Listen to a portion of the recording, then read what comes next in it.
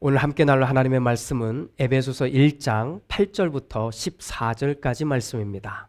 우리 한 목소리로 같이 봉독하겠습니다. 하나님은 우리에게 모든 지혜와 총명을 넘치게 주셔서 그리스도 안에서 미리 세우신 하나님이 기뻐하시는 뜻을 따라 하나님의 신비한 뜻을 우리에게 알려주셨습니다. 하나님의 계획은 때가 차면 하늘과 땅에 있는 모든 것을 그리스도 안에서 그분을 머리로 하여 통일시키시는 것입니다.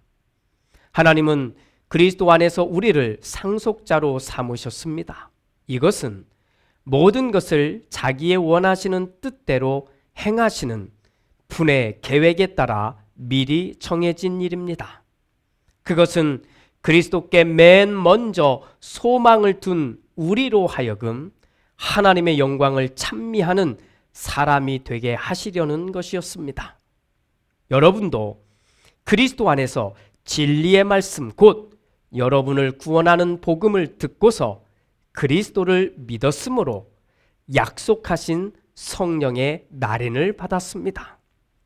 이 성령은 하나님의 소유인 우리가 완전히 구원을 받을 때까지 우리의 상속의 담보이시며 우리로 하여금 하나님의 영광을 찬미하게 하십니다. 아멘.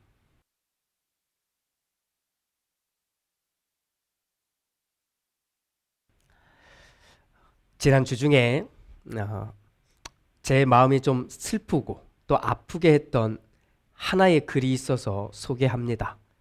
우리가 잘 아는 주님의 기도를 패러디한 겁니다.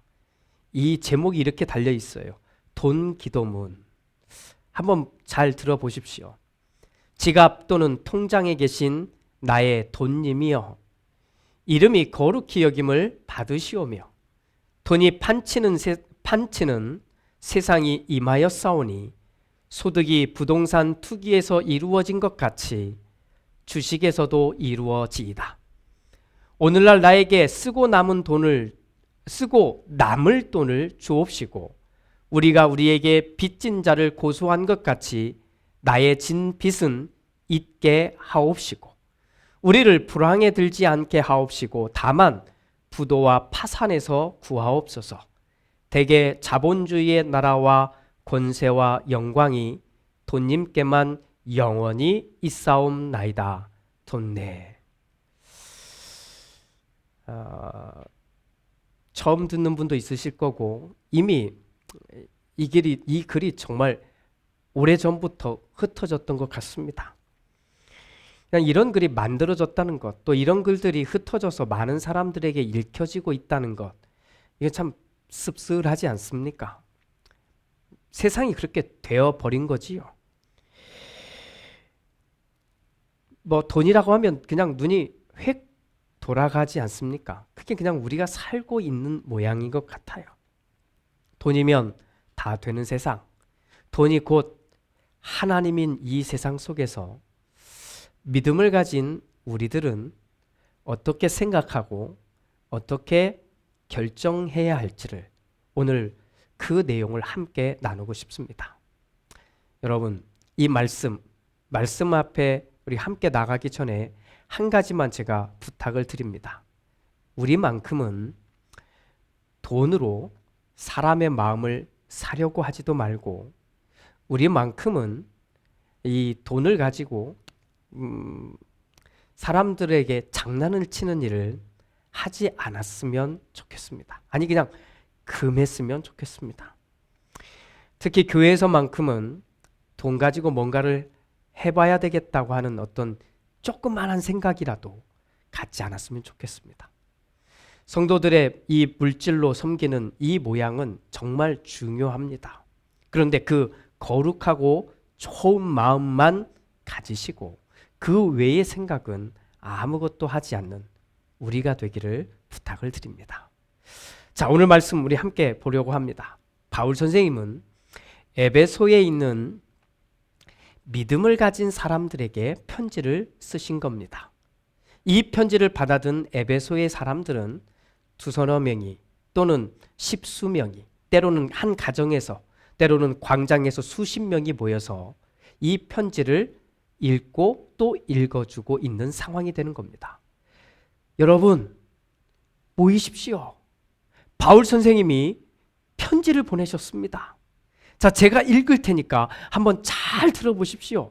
어떤 소식을 전해왔는지 한번 우리 함께 봅시다. 이렇게 말입니다.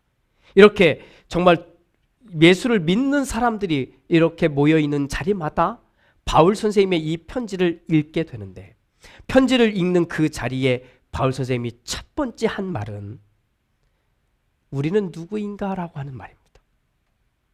믿음을 가진 우리들의 정체성은 무엇인가를 말해주고 있는 겁니다. 세 가지입니다. 첫째, 우리는 성도라는 이름을 가지고 있는 하나님의 자녀라고 말합니다. 두 번째, 우리는 하나님의 것을 유산으로 물려받은 상속자들이라고 말해주고 있습니다. 세 번째, 우리는 충성되고 신실하며 사랑을 보여주는 사람들이라고 말해주고 있습니다. 우리는 지난 주일 성도라는 이름으로 삽시다 라고 하는 제목을 가지고 이 첫 번째 말씀을 나누었습니다. 우리는 하나님의 자녀들입니다. 우리 각자 이름이 있듯이 그 이름에 정말 또 하나의 이름, 우리만이 가지고 있는 또 하나의 이름이 덧붙여져 있는데 그것이 바로 성도라고 하는 바로 그 이름인 것입니다. 성도라는 이 멋지고 아름다운 이름, 다시 한번 부탁드립니다. 이 멋진 이름을 직분이나 어떤 직분이나 또는 세상의 명함, 이것과 절대로 바꾸지 마십시오. 그리고는 우리가 성도라는 이름에 걸맞게 성도답게 우리의 삶을 살아내도록 도전해 주십시오. 이것이 정말 우리에게 중요한 우리의 진짜 모습이어야 한다고 우리는 지난 주일 말씀을 나누었습니다. 오늘은 두 번째 이야기입니다. 우리는 하나님의 것을 유산으로 물려받은 상속자들이라는 말씀인 겁니다. 안타깝게도 유산 또는 상속 이런 단어들이 딱 떠오르면 그냥 자연스럽게 돈으로 연결이 됩니다. 아니면 돈으로 바꿀 수 있는 것들을 말한다고 생각하게 됩니다. 하지만 성경에 등장하고 있는 유산 또는 상속이라는 말은 돈과 연결이 되지 않습니다. 오히려 절대로 팔 수 없는 것, 절대로 팔아서는 안 되는 것, 때로는 목숨을 걸고서라도 지키고 간직해야 할 것들, 이것을 유산이라고 말해주고 있습니다. 이스라엘 전체 이야기, 좀 전체 역사 이야기를 한번 해보겠습니다. 지금부터 나누어지는 이 내용은 사실 바울에 대한 연구를 하고 있는 성서학자들의 공통된 주제 가운데 하나입니다. 이런 주제입니다. 바울은 교회를 어떻게 생각했는가? 바울이 생각한 교회는 어떤 모양이었을까라고는 이런 질문에 대답하는 내용 속에도 담겨져 있는 겁니다. 자, 이런 질문 해봅니다. 이스라엘 전체의 역사 속에 가장 큰 약속이라고 하는 것을 꼽으라면 무엇이 있을까요? 그러면 그냥 두 가지 정도는 생각이 딱 떠오를 겁니다. 첫 번째는 아브라함의 이야기입니다. 아브라함이라고 하는 한 사람을 통해서 이스라엘이 하늘의 별처럼 바다의 모래알처럼 많아질 것이라고 하는 하나님의 약속 말하는 겁니다. 자, 이 약속의 끝에서 만날 수 있는 사람이 몇 사람이 될까요? 딱 한 사람입니다. 이삭이라는 사람이죠.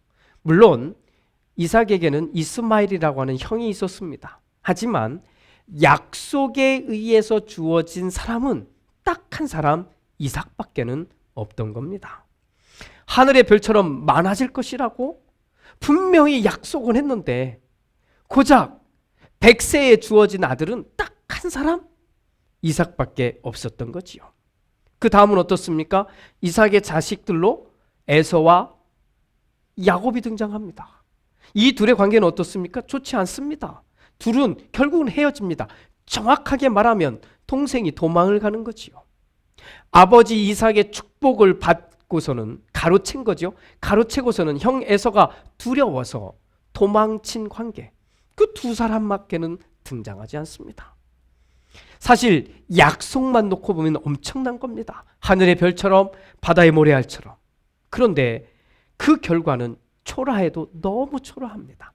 만약 자식들이 한 10명 정도만 됐어도 그렇게 초라해 보지는 않았을 것 같습니다. 하지만 성경을 한번 잘 보십시오.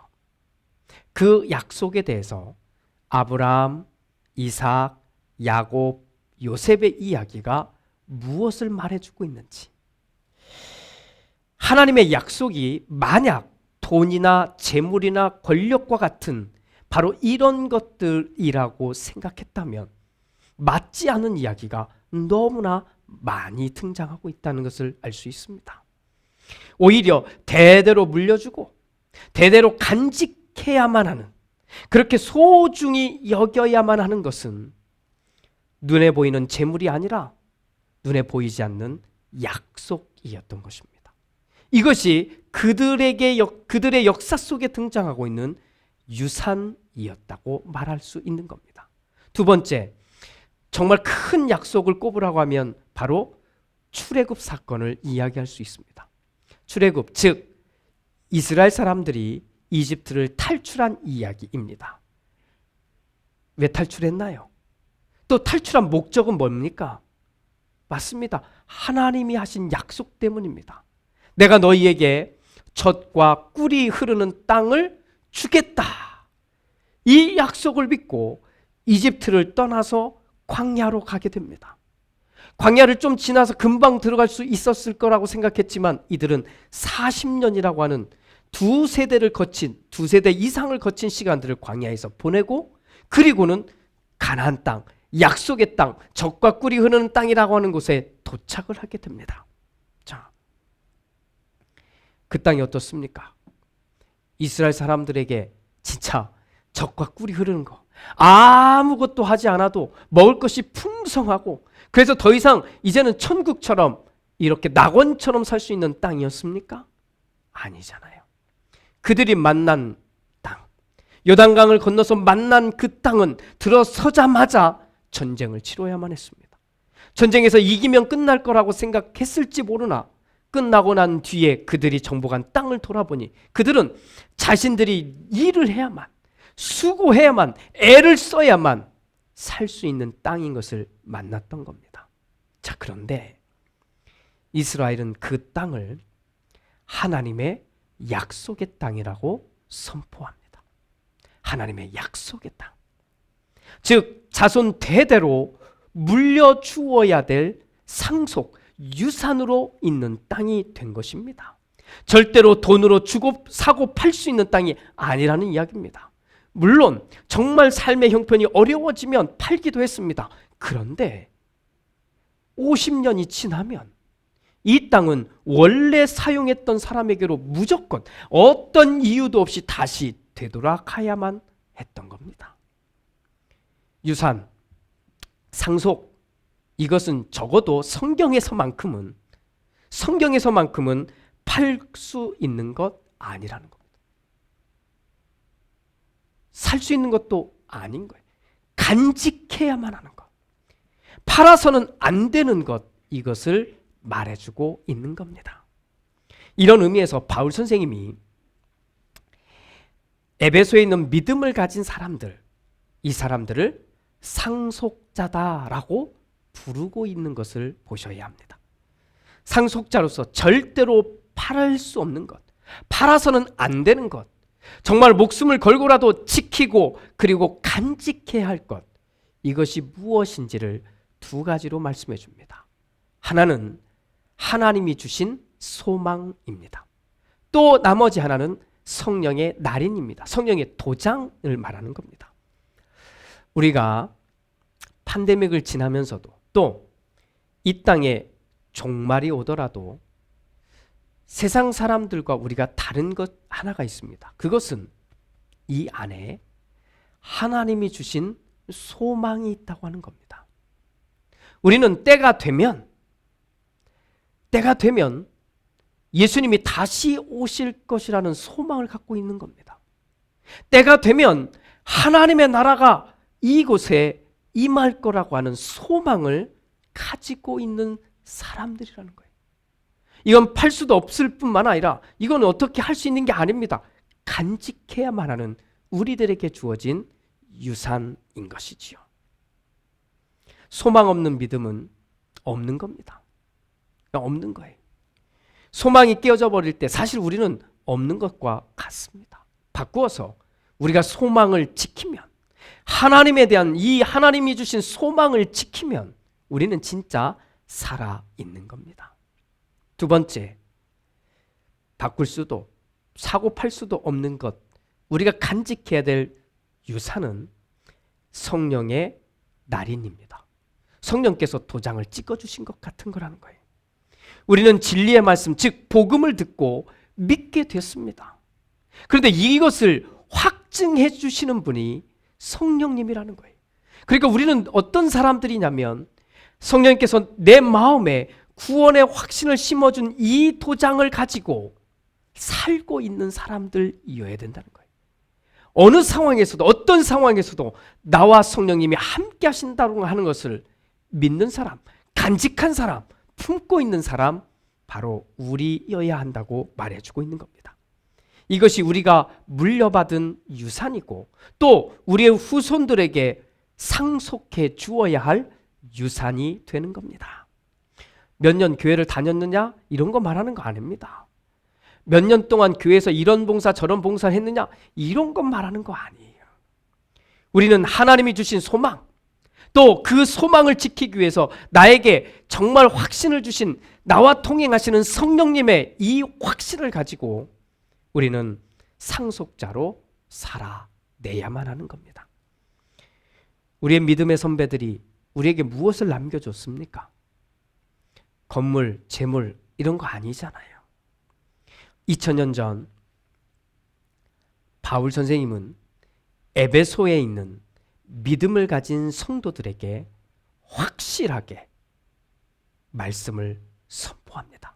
우리는 하나님이 주신 소망이라는 유산을 상속받은 사람들이며 우리는 믿음을 지키며 살 수 있도록 함께 하시는 성령님과 동행하는 상속자들입니다. 라고 말입니다. 이 땅에 왔다가 살다가는 참 많은 사람들이 유언을 하고 상속을 합니다. 이미 세상은 이런 단어나 이런 표현을 쓰면 모두 돈과 연결시켜 봅니다. 하지만 믿음을 가진 우리는, 믿음을 가진 성도인 우리는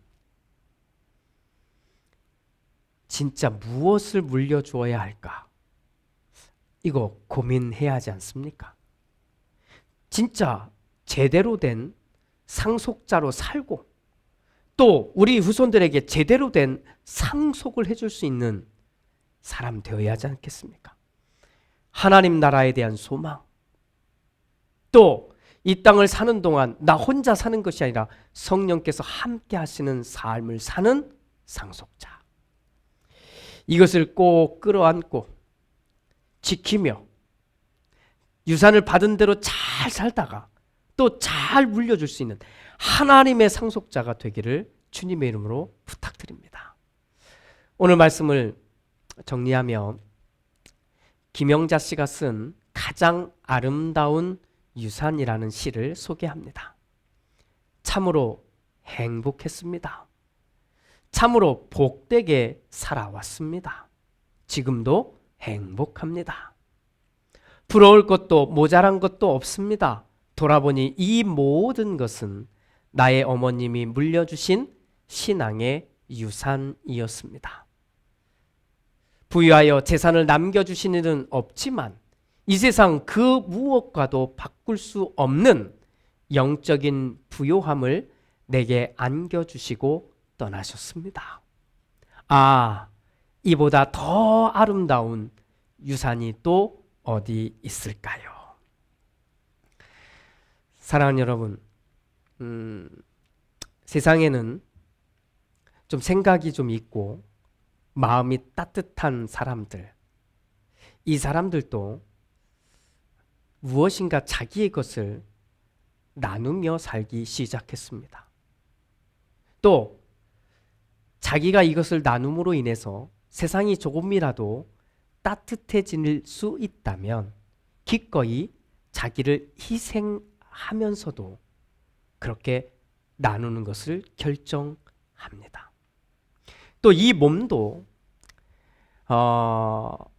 누군가에게 정말 주어져서 그 사람에게 삶의 희망이 될 수 있다면 이 몸도 기꺼이 기증하는 사람들도 많아졌습니다. 하물며 하나님의 것을 상속받은 우리는 어떠해야 할까요? 이쯤 되면 우리도 정말로 따뜻한 결정을 하나씩은 준비해야 하지 않겠습니까? 언제까지 자기와 관련된 데 이렇게 묶여 있어야 하겠습니까? 바울 선생님이 강력하게 전해준 상속자로서 이 땅을 믿음으로 사는 사람들의 모습은 잘 먹고 잘 살았다가 아니라 그런 사람의 모습을 통해 하나님이 영광 받으시는 그것입니다. 훗날